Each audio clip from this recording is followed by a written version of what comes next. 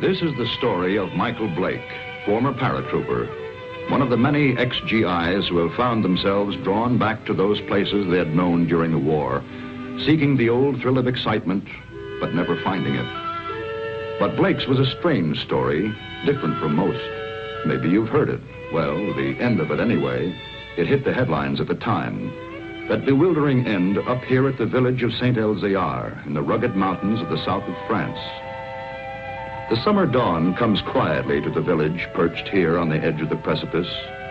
Father Goron, the village priest, always the first awake, was on his way to the church when suddenly the bells were ringing.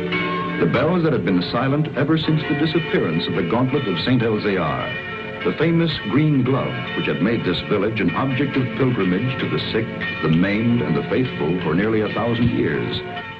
To Father Goron, it meant that the gauntlet had come home, for the vow had been made that the bell should never ring again until it returned. But it wasn't there in the niche which had been empty so long. Why then did the bells ring? And who was ringing them?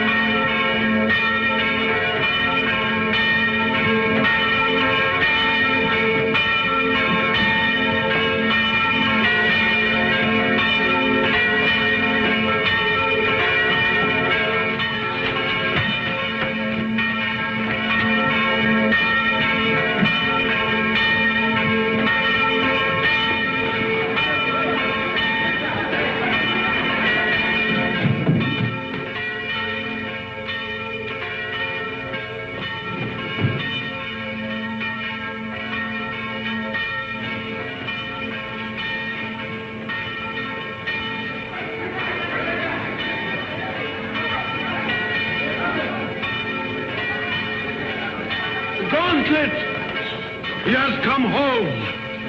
Who brought it, Father? Nobody. There was nobody there. Only the dead man.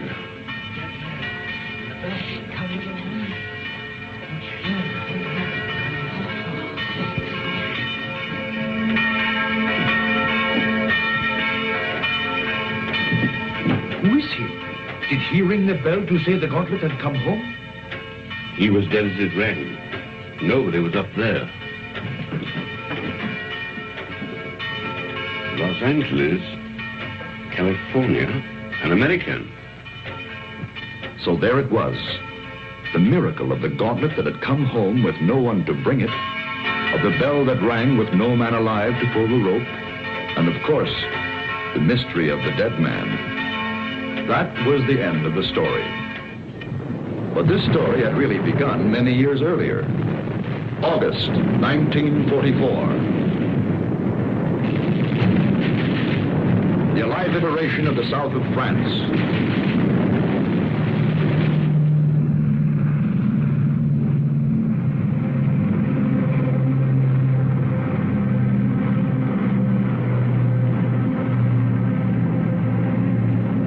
One survivor reached the ground behind the German lines.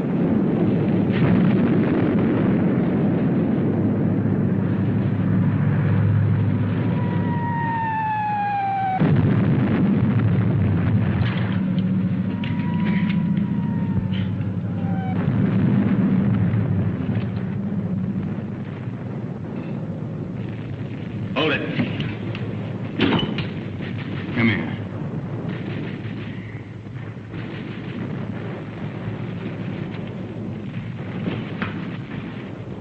Come on, closer.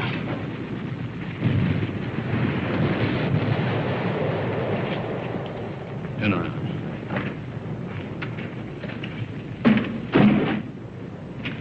What's that?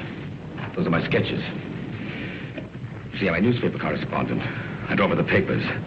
Battle scenes, impressions. My name's Paul Rona. I see yours is Blake. Lieutenant Blake. How come a German speaks as good English? Who said I was German? No, what are you? I've changed passports so often I've lost touch.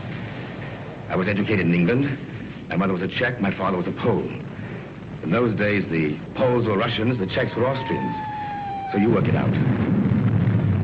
The Americans are wasting an awful lot of ammunition. You'll need every shell you can get when the German 19th Army counterattacks at dawn. You're going to be pushed into the sea. Oh, yeah?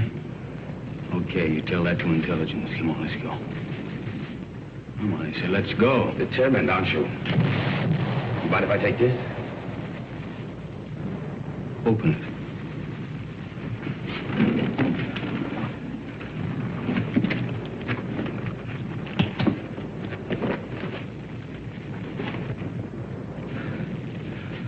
I told you I sketched.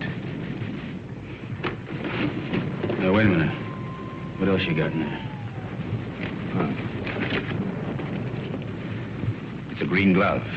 Something very valuable. Listen, Blake. If you let me go, it's yours. It's worth enough to make you rich for the rest of your life. Huh? Look at those gems. I told you I sketched. That's merely a sideline. In peacetime, I'm an art dealer. Antiques. I have a shop in London, Paris, even New York. You've probably heard of it. Rona's, close to Tiffany's. Never been there. Blake, this glove is worth a fortune if it were a collector who'd be... Come on, let's go.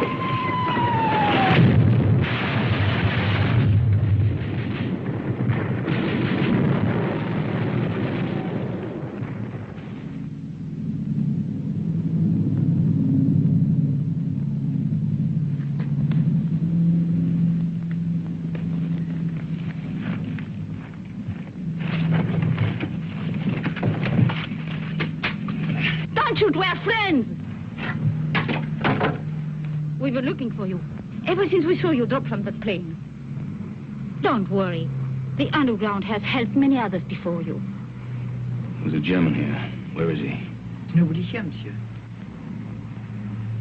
I guess the shell must have got him. Hurry, please, hurry. Wait a minute. Germans are counterattacking 19th Army. I got to get a message through. A messenger will leave at once. You promise? I promise. Of course, let others worry now. Pierre, help him.